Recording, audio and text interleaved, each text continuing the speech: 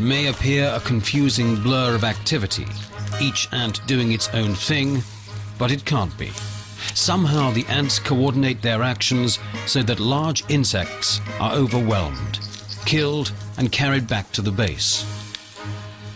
Peers is dying and my people are suffering. The money's still low, you should see how they budgeting. Watch what comes out your mouth. People are suffering. It's elementary, they want us all gone eventually. It's important from, a communalist perspective. You know what I mean?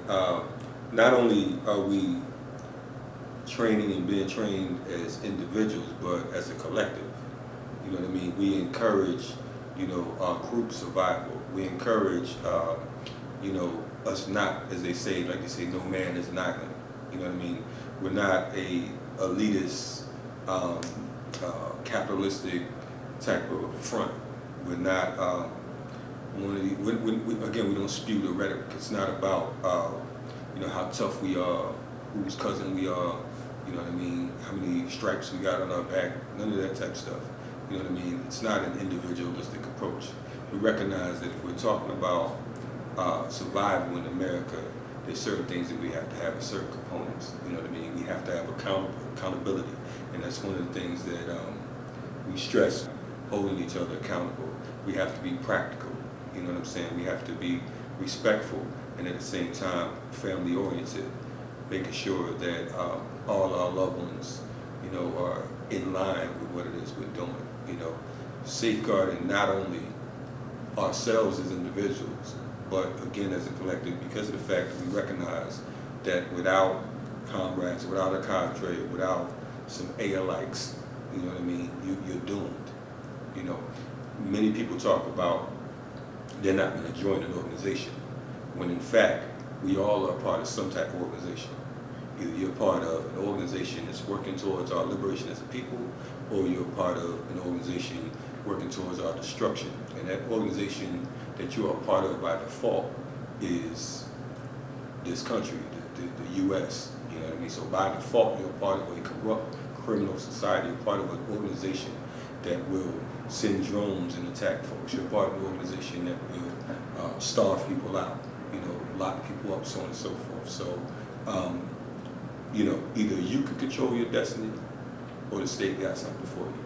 And anytime you have a person that is claiming to be trained, teaching people to survive, or teaching people self-defense, but they're individualistic, they're not really trained, they're lying to you. They got the training from YouTube or something, because anybody that's well-trained in how to survive knows you can't do this by yourself. There's no way you can survive on your own. You have to have family. You'll see survival experts, if they're by themselves, they set up a stronghold, and then after that stronghold is set, they're heading out to find other people. Because you have probably about 30 days before you lose your mental faculties if you're out here by yourself and you're trying to survive, if things fall down.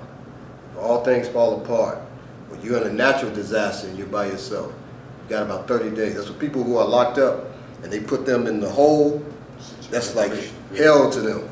And if they're in there for 30 days, that's cruel and unusual punishment, because it begins to eat at you psychologically, and it can cause permanent psychological damage. So we can't be out here by ourselves. So guys that are individualistic, I do this, just about me, and my, yeah, exactly. They're BSing, and we're real. And that's why the training, you have to be immersed in it, so you understand that. Because a lot of times we'll be individualistic too, because we're just ignorant of how to survive, or we've been mistaught. We haven't been our African selves. Otherwise, we would know. If you love your people, you don't want to be an individual out here. You don't want to be out here by yourself. And for those who are so-called leaders who are not part of an organization, I can't see how you could do that. There's no check and balance on you, so you could just be out here wild and crazy. Supreme potentate, that's the boss.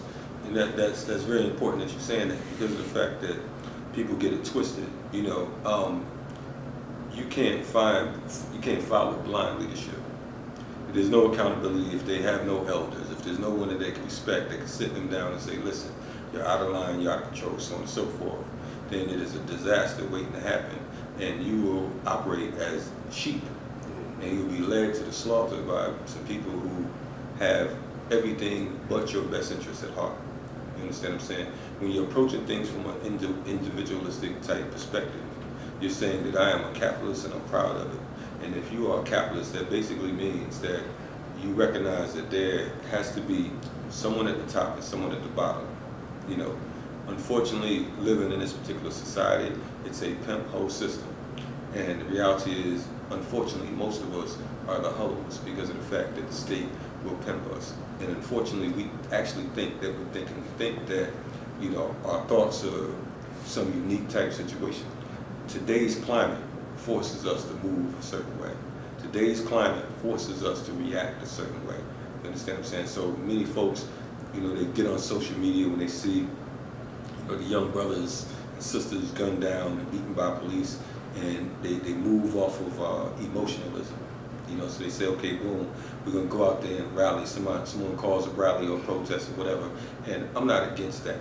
You know what I'm saying? I'm against moving without thinking. I'm against not having a strategy, not having a plan.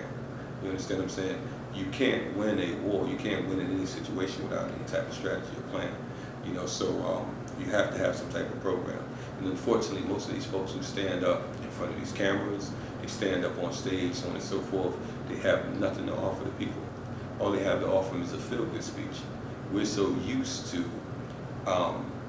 looking for some type of pacifier. It's like we are the elders on this planet. We operate like babies on this planet. You understand what I'm saying? We need someone to tell us it's going to be all right. We need someone to give us some type of feel-good speech and say, what we need to do, we just need to go do this. The very next time someone says to you what we need to do, ask them in what way they're working towards doing that. You understand what I'm saying? Because anybody can rap. That's why, you know, we invented rap. We invented hip-hop because we're the greatest rappers alive. You know, we can talk that talk, but walking that walk, again, it's a science. You understand what I'm saying? So we welcome and embrace the feel-good speeches. But after that, there has to be some working plans, some walking plans that we are concerned with our plight. That we're not just going to go out marching and having a grand mobilization and we leave just feeling hyped like we went to church and we heard some sanctified music, or like we went to a concert or to the mosque or to a cultural event. You know, we have to be realistic. We have to go beyond the feel good. You know what I'm saying? We got to make sure we all good. No mistaking, the ants conquer the elephants. FTP, RBG, the rest of elephants. What's the ant's secret that makes them the most efficient predators on Earth, consuming more meat than lions, tigers, and wolves combined?